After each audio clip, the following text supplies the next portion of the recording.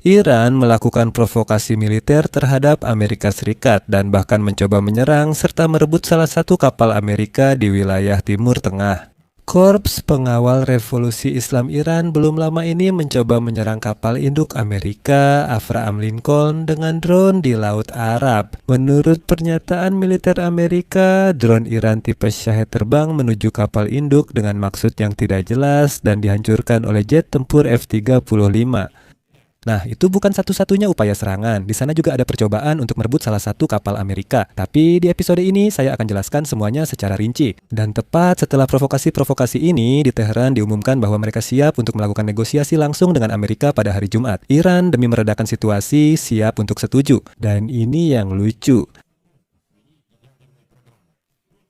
Di Teheran diumumkan bahwa mereka lebih memilih agar usulan pembentukan konsorsium regional untuk produksi energi nuklir direalisasikan yang diajukan oleh Amerika Serikat tahun lalu, bahkan sebelum Perang 12 hari itu. Mengapa harus bernegosiasi lama hanya untuk kembali ke awal? Sebenarnya jawabannya sudah jelas. Seperti yang ditulis oleh Reuters, pemerintah Iran semakin khawatir bahwa kemungkinan serangan Amerika Serikat ke negara itu dapat memicu kembali protes massal dan menyebabkan runtuhnya rezim Ayatollah. Ternyata dalam salah satu rapat terakhir, pemimpin tertinggi Iran, Ali Khamenei, diberi laporan bahwa ketidakpuasan masyarakat terhadap kekejaman dalam penindasan protes baru-baru ini telah mencapai tingkat di mana rasa takut tidak lagi menjadi faktor penahan bagi rakyat Iran. Kini pemerintah dan Republik Islam menyimpulkan bahwa tekanan eksternal seperti serangan Amerika Serikat akan memberi keberanian pada demonstran. Baiklah, mari kita bahas topik ini bersama-sama. Nama saya Alexei PC, mari kita bahas topik ini bersama-sama. Sebelum mulai, silakan berlangganan saluran ini, beri suka, komentar di bawah, dan ikuti saluran Telegram PC News. Tautannya ada di deskripsi video ini. Jika Anda ingin mendukung pekerjaan ini, Anda bisa melakukannya dengan donasi apapun atau berlangganan berbayar melalui tautan dan detail yang ada di deskripsi video ini. Saya sangat berterima kasih atas dukungan Anda karena donasi Anda memungkinkan kami terus bekerja.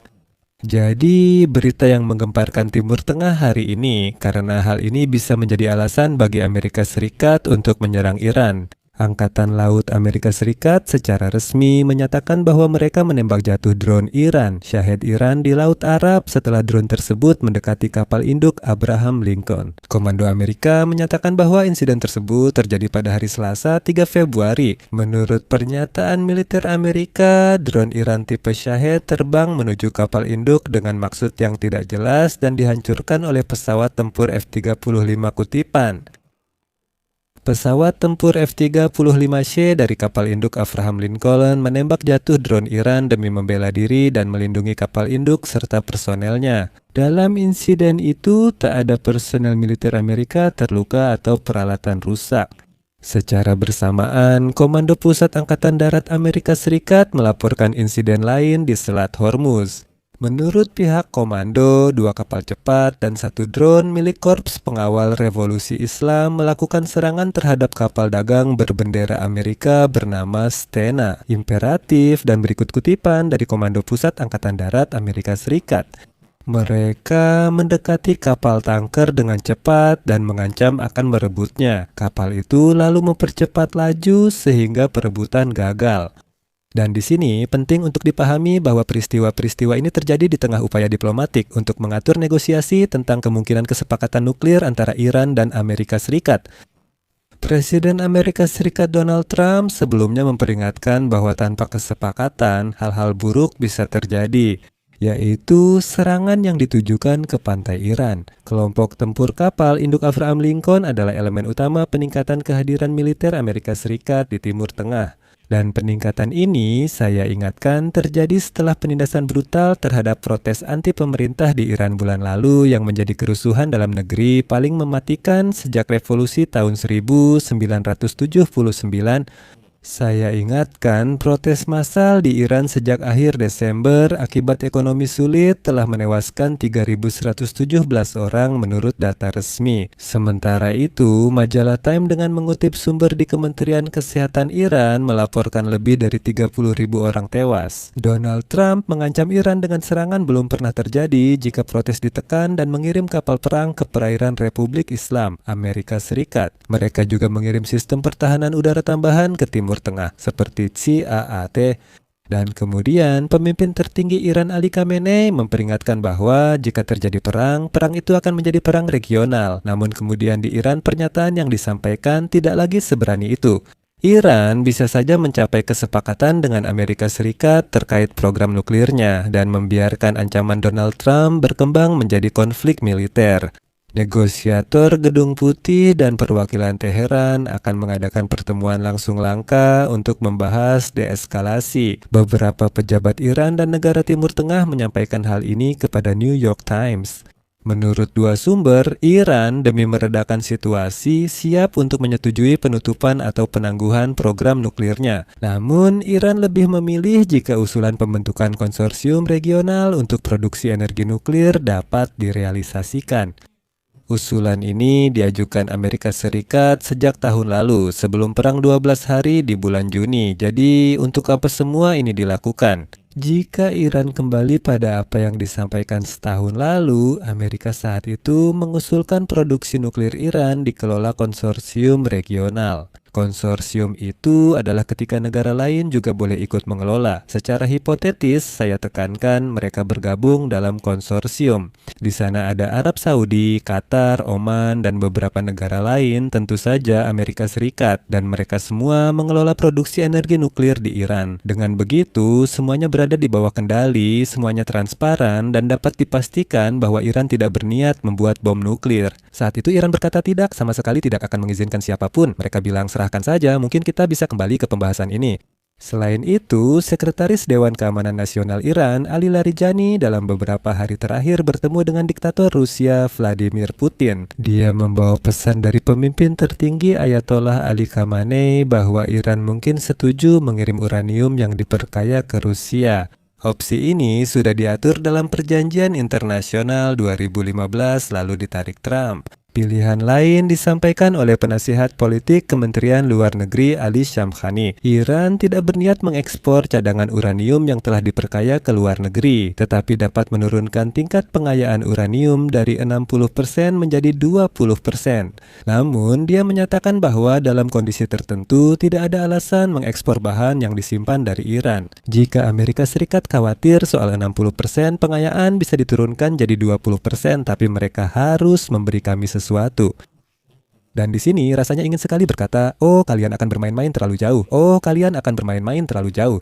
Negosiasi Jumat menurut New York Times akan dipimpin Stephen Witkoff, utusan Trump untuk Timur Tengah, dan Jared Kushner, menantu presiden. Nah, juga Abbas Araghchi, dia adalah Menteri Luar Negeri Iran. Pertemuan itu diharapkan dihadiri pejabat tinggi Turki, Qatar, Mesir, dan mungkin beberapa negara kawasan lain. Ngomong-ngomong, dalam beberapa minggu terakhir, para diplomat dari Turki, Mesir, Oman, dan Irak telah melakukan negosiasi dengan kedua negara tersebut. Tapi kenapa Iran? Maaf, mundur. Pemerintah Iran semakin khawatir bahwa kemungkinan serangan Amerika Serikat ke negara itu dapat memicu kembali protes massal dan menyebabkan runtuhnya rezim. Beberapa pejabat Iran melaporkan hal ini kepada Reuters dan menyebutkan dalam salah satu rapat terakhir. Dilaporkan bahwa ketidakpuasan masyarakat terhadap kekejaman yang digunakan untuk menekan protes baru-baru ini telah mencapai tingkat di mana rasa takut tidak lagi menjadi faktor penahan bagi rakyat Iran.